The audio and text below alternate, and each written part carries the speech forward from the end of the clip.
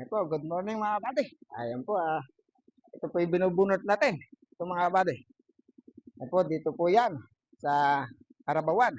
Saka po ata ito ng Santa Maria mga kabady. Ayan po, isang pitak po na, malaki yan mga kabady.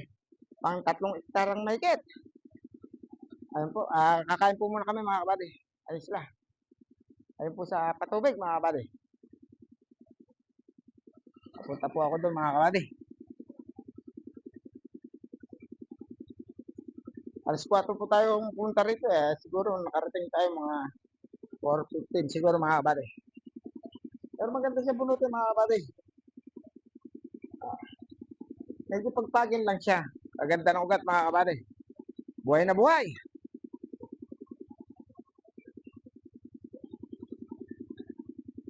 Ano po, kakain na po kami mga kabady. Maingay, may patubig na maandar.